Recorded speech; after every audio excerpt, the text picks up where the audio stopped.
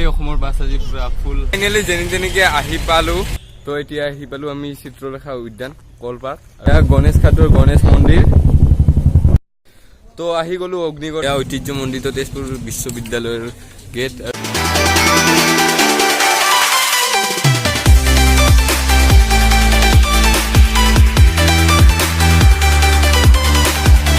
নমস্কাৰ আৰু স্বাগতম জনাইছো আন এটা ভিডিঅ'ৰ মাজলৈ। আজি হৈছে ফেব্ৰুৱাৰী 7 তাৰিখ আৰু আজি আমি যাবলৈ ওলাইছো তেজপুৰ।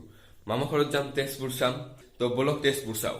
আৰু এতিয়া আছো আমি জেঠীহঁতৰ ঘৰত, 1-2 নং পালেংবাৰী স্বচ্ছগাঁও পুগুৰিগুৰি।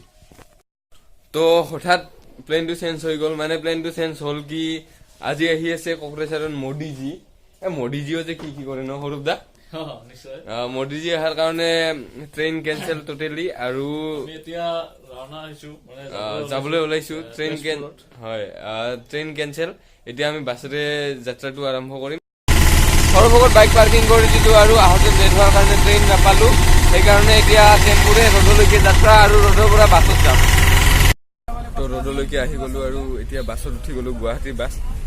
এতিয়া কনফিউজ হৈ আছো, ৰঙিয়াত গৈ ট্ৰেইনখন পাম নে নাপাম। ট্ৰেইনখন পালেতো ভালে কথা, নহ'লে বাইহাটা বা গুৱাহাটী গৈ কেনে তেজপুৰৰ বাছত যাব লাগিব।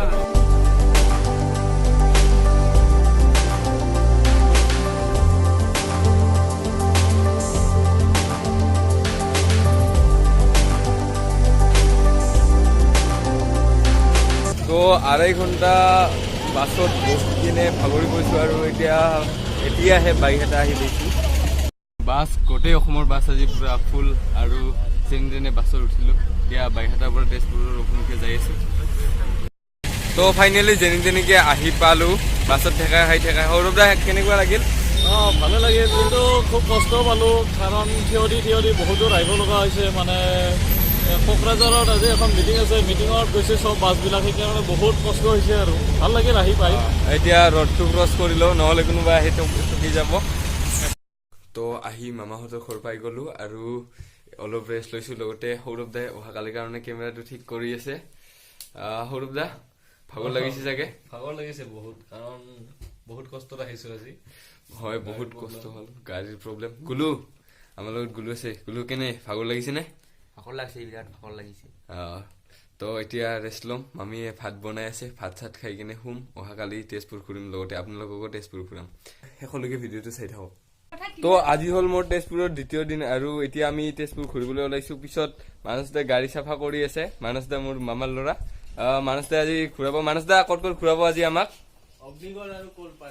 অগ্নিগড় আৰু কলপাৰ্ক এতিয়া যাম, আমি যাবলৈ ওলাইছো তাত। তো ভিডিঅ'টো চাই থাকক। এয়া মোৰ লগত আমাৰ মামী আছে। মামী বহুত আনন্দৰ কথা, মই আনন্দিত হৈছো আজি তেজপুৰ আহি পেলাই ভিডিঅ' কৰিছে।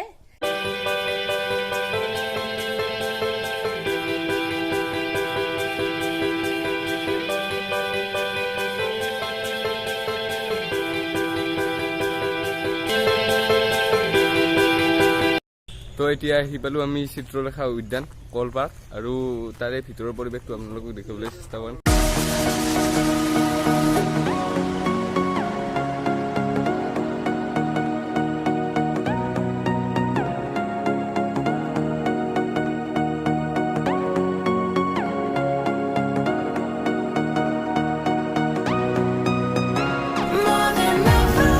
তো ইয়াত সোমাই আহোম ৰজাৰ দিনৰ এই কীৰ্তিচিহ্নবোৰ দেখিবলৈ পাইছোঁ আৰু বহুত কীৰ্তিচিহ্ন আছে ইয়াত, আপোনালোকক দেখুৱাবলৈ চেষ্টা কৰিম।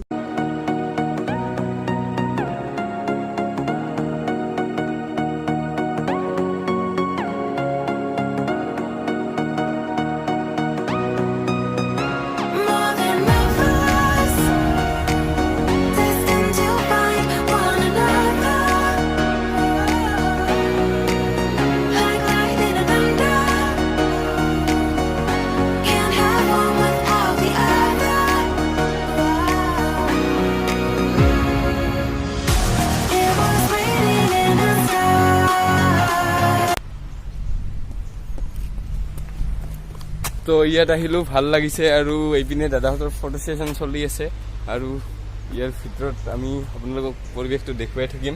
তো সৌৰভ দা ধুনীয়া ধুনীয়া ফটো উঠি আছে, কেনে লাগিছে ইয়াত? খুব ভাল লাগিছে, মানে খুবেই সুন্দৰ। ইয়াতে পৰিৱেশটো বহুত ভাল লাগিছে।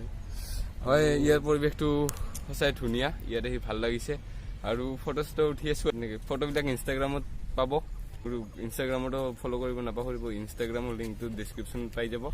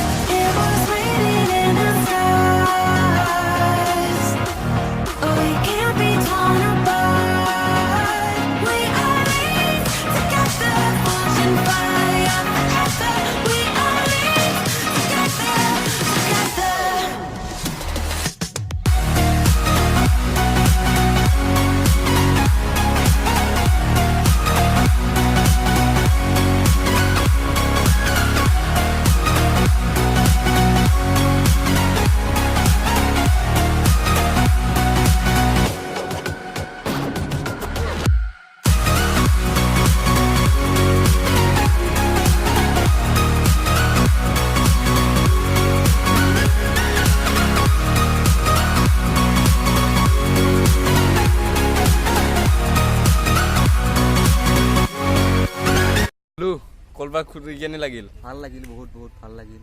ইয়াত বহুত বস্তু দেখা পালোঁ, বিভিন্ন ধৰণৰ। তো বহুত ধুনীয়া সময় পাৰ কৰিলোঁ ইয়াত। আৰু এতিয়া যাম আমি অগ্নিগড়, আৰু অগ্নিগড়ৰ ভিডিঅ' চাবলৈ আৰু অগ্নিগড় দেখুৱাম আপোনালোকক। আমি কলপাৰ্কৰ পৰা আহিলোঁ আৰু এয়া গণেশ ঘাট।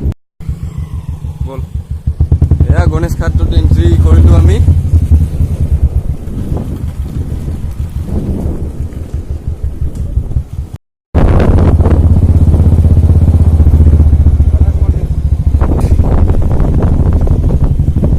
গণেশ ঘাটৰ গণেশ মন্দিৰ।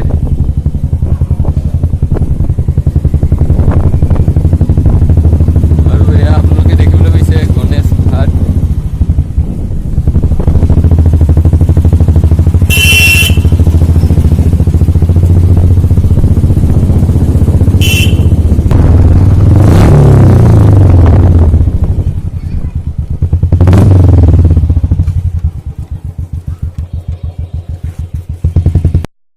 তো আহি গ'লো অগ্নিগড়, আৰু আপোনালোক অগ্নিগড়ৰ ভিতৰৰ পৰিৱেশ দেখুৱাম।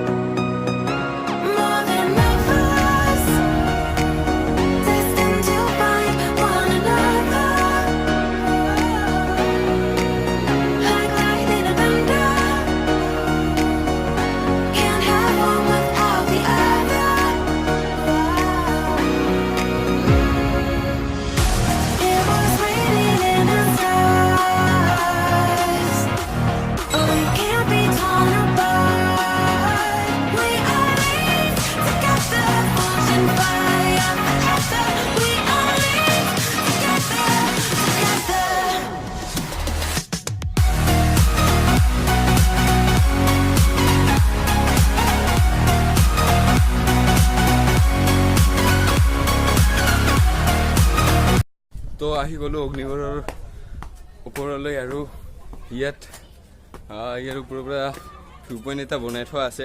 এয়া ভিউ পইণ্টৰ ওপৰত উঠিছোঁ, আৰু ভিউ পইণ্টৰ পৰা আপোনালোকক ভিউ দেখুৱাবলৈ চেষ্টা কৰিম। তো আহি গ'লো এই ভিউ পইণ্টত, আৰু ভিউ পইণ্টৰ পৰা ইয়াত ব্ৰহ্মপুত্ৰৰ সুন্দৰ দৃশ্য দেখিবলৈ পোৱা যায়।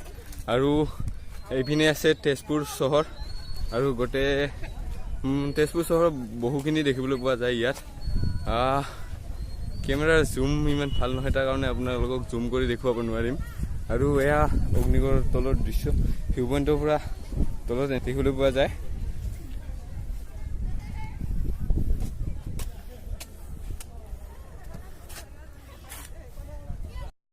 আৰু এই ভিউ পইণ্টৰ পৰা কলীয়া ভমৰা দলংখন দেখিবলৈ পাইছে। গম নাপাওঁ আপোনালোকে কেমেৰাই কিমানখিনি দেখুৱাইছে, কিন্তু এয়া আপোনালোকক জুম কৰি দেখুৱাবলৈ চেষ্টা কৰিছোঁ। এয়া কলীয়া ভমৰা ব্ৰিজ।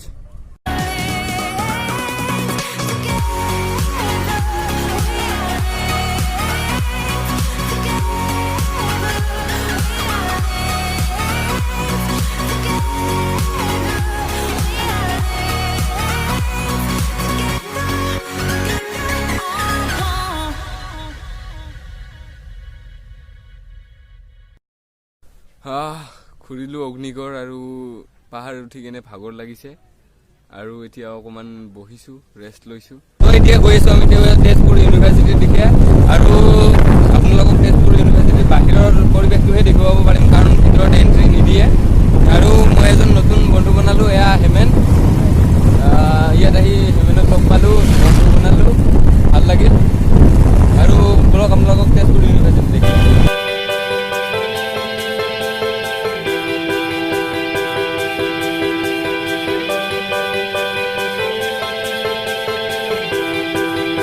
তো এতিয়া আমি ইউনিভাৰ্চিটি পাই গ'লোঁ আৰু আপোনালোকক ইউনিভাৰ্চিটিৰ বাহিৰৰ পৰিৱেশটো দেখুৱাবলৈ চেষ্টা কৰিম